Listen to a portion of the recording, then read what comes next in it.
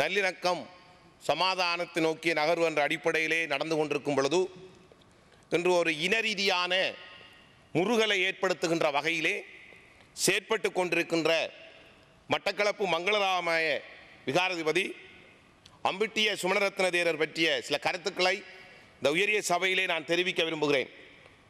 உண்மையிலே இந்த நாடு பிரித்தானிய காலனித்துவத்துக்குள் இருந்து விடுதலை பெற்ற பின்பு, குறிப்பாக 1948க்கு பின்பு இந்த நாட்டை சீரழித்தவர்களும் சீரழித்துக் கொண்டிருப்பவர்களும் மதவாதிகளும் இனவாதிகளும் என்பதை யாரும் மறக்க முடியாது. நான் இப்பொழுது மட்டக்களப்பிலே மதகுரு என்ற போர்வையிலே அடாவடித்தனம் செய்து கொண்டு அராஜகம் புரிந்து கொண்டிருக்கின்ற இந்த மதகுருவை, குறிப்பாக அந்த அம்பிட்டிய சுமணதேரருடைய நடவடிக்கையை நான் பார்க்கின்றேன்.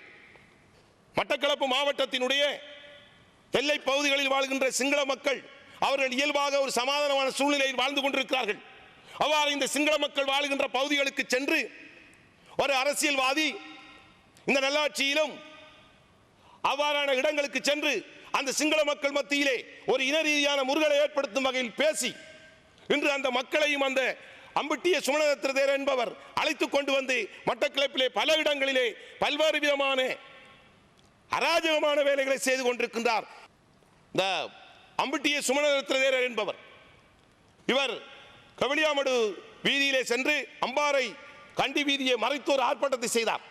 அந்த ஆர்ப்பாட்டத்தை அவர் செய்து கொண்டிருந்த பொழுது பட்டிப்பளை பிரதேச செயலாளரும் கிராம சேவரும் அந்த இடத்தில் போன பொழுது இந்த வடக்கத்துக்குரிய மதகுரு என்று சொல்லப்படுகின்ற அதுக்கு ஒரு என்று சொல்லப்படுகின்ற தகுதி இருக்கின்ற மதகுருக்களுக்குள் அந்த தகுதியை இழந்த இந்த அம்பிட்டிய சுமணரத்ன தேரர் அவர்கள் பிரதேச செயலாளர் ஒரு பெண்மணி என்றும் பார்க்காமல் மிக கேவலமான தூசணமான கூடாத வார்த்தைகளை, காது கொண்டு கேட்க முடியாத வார்த்தைகளை கூறியதை நாங்கள் பார்க்க முடியும். சமூக வலைத்தளங்களில் அவ்வாறான வீடியோக்கள் வெளிவந்திருக்கின்றது. இந்த நாட்டிலே சோபித தேரர் போன்ற புனிதமான மதகுருக்கள் வாழ்ந்த தேசம் இது. சோபித தேரர் அண்மையில் மறைந்த பொழுது இந்த நாட்டிலே சிங்கள மக்கள் அழுதார்கள், இந்த நாட்டில் சிறுபான்மை மக்களான முஸ்லிம்கள் அழுதார்கள், இந்த நாட்டில் தமிழ் மக்கள் அழுதார்கள். அவ்வாறு கையெடுத்து கும்பிடத்தக்க சோபிதர் தேரர் போன்ற வணக்கத்துக்குரிய மதகுருக்கள் வாழ்ந்த இந்த தேசத்தில் ஒரு அம்பிட்டிய சுமணதேரர் போன்ற நான் நினைக்கின்ற தூசணம் சொல்பவர்களை இலங்கையில் பட்டியப்படுத்தினால் இந்த மதகுரு தான் இலங்கையில் முதலாவதாக இருப்பார். நாங்கள் கௌரவிக்கின்ற, நாங்கள் மதிக்கின்ற மகாநாயக்கர்கள் இந்த மங்களராம விகாராதிபதி அவர்கள், சுமணரத்ன தேரர் அவர்கள் விகாரைக்குள் வைத்த ஒரு பெண் போலீஸை தாக்க முற்பட்ட சம்பவம். அந்த நேரத்தில் கூட அவர் கைது செய்யப்படவில்லை, விசாரிக்கப்படவில்லை, போலீசார் எந்த சட்ட நடவடிக்கையை மேற்கொள்ளவில்லை.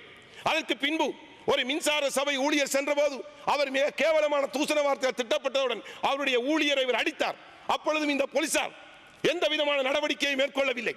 இந்த நாட்டினுடைய ஜனாதிபதி அவர்கள் மேலும் இறங்கிய மைத்ரிபால சிறிசேன அவர்கள் தன்னுடைய விகாரைக்கு வரவில்லை என்று மிக கேவலமாக மிக மோசமான தூசண வார்த்தைகளை பேசியதை நாங்கள் இணையதளங்களிலே பார்க்க முடியும். அதற்கு பின்பும் போலீசார் எந்த விதமான சட்ட நடவடிக்கைகள் மேற்கொண்டதாகவோ அல்ல அந்த பிக்கு அவர்களை சட்டத்தின் கொண்டு நிறுத்தினதாக எந்த நடவடிக்கையும் காணவில்லை.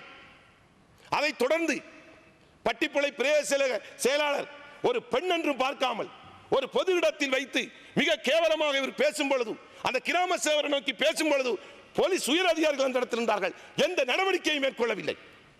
அதைத் தொடர்ந்து 2 தினங்களுக்கு முன்பு 16ஆம் தேதி மட்டக்களப்பிலே பதலை வீதியில் உள்ள செங்கலடி என்ற இடத்தில் இருக்கின்ற பங்குடாவளி கிராமத்திலே பாரம்பரியமாக பூர்வீகமாக தமிழ் மக்கள் வாழ்ந்து வருகின்ற பகுதியிலே இவர் அத்துமீறி நுழைந்து அங்கே ஒரு சிலையை வைப்பதற்காக முயற்சித்தார்.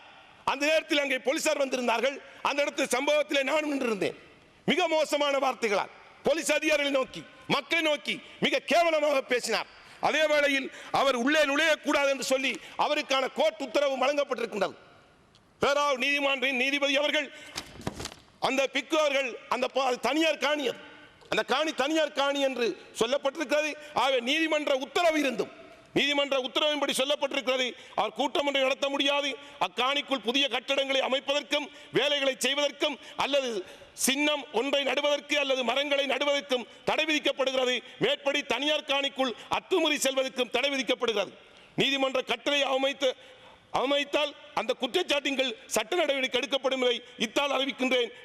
நீதிமன்றம் ஏறாவும். ஆகவே நீதிமன்றத்தினுடைய கட்டளையை கூட அவர் மதிக்கவில்லை. அந்த இடத்தில் நீதிமன்றத்தினுடைய தீர்ப்பை காட்டிய பொழுது கூட அவர் தூசணமான வார்த்தைகளை பேசினார்.